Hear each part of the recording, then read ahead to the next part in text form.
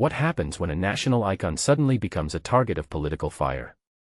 Let me tell you about the surreal moment when Dr. Anthony Fauci, the man who became a household name during the pandemic, walked into a Senate hearing and basically said, "I won't answer your questions."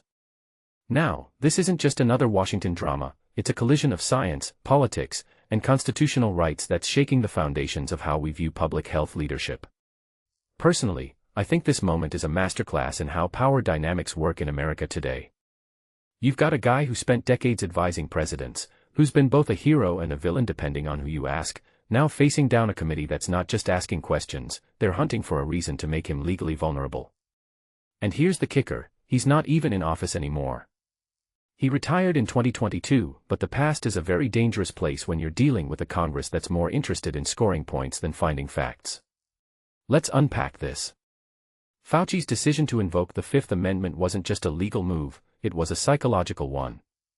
Imagine being in his shoes. You've got a former president who gave you a full pardon, but that only covers actions before 2025. Now, you're sitting across from a senator who's basically saying, "I'm going to make you regret ever stepping foot in this room." What does that say about the current state of accountability? In my opinion, it shows how deeply partisan politics have infiltrated every corner of governance.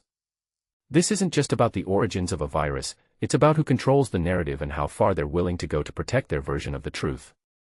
What makes this really interesting is that Fauci's diary, which was released by the committee, is now being weaponized as evidence of a cover-up.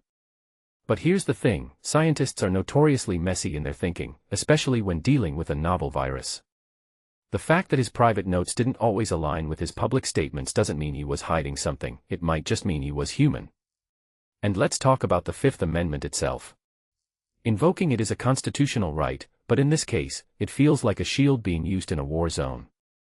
The Republicans argue that the pardon shouldn't protect him from perjury charges during this hearing, but legally, that's a gray area.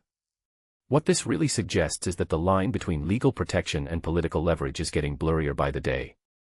If you take a step back and think about it, this hearing isn't just about Fauci, it's about the entire ethos of scientific integrity in policymaking. Are we now in an era where public health officials are treated like criminals if their past decisions don't align with the current political climate? That's a terrifying thought. A detail I find fascinating is how the diary entries, which were supposed to document his work, are now being dissected like a crime scene. It's almost like the committee is trying to prove that Fauci's private thoughts were different from his public persona, as if that somehow invalidates his expertise. But here's the deeper question, why is this hearing happening at all? The Republicans are pushing the lab leak theory, but most scientists still favor a natural origin.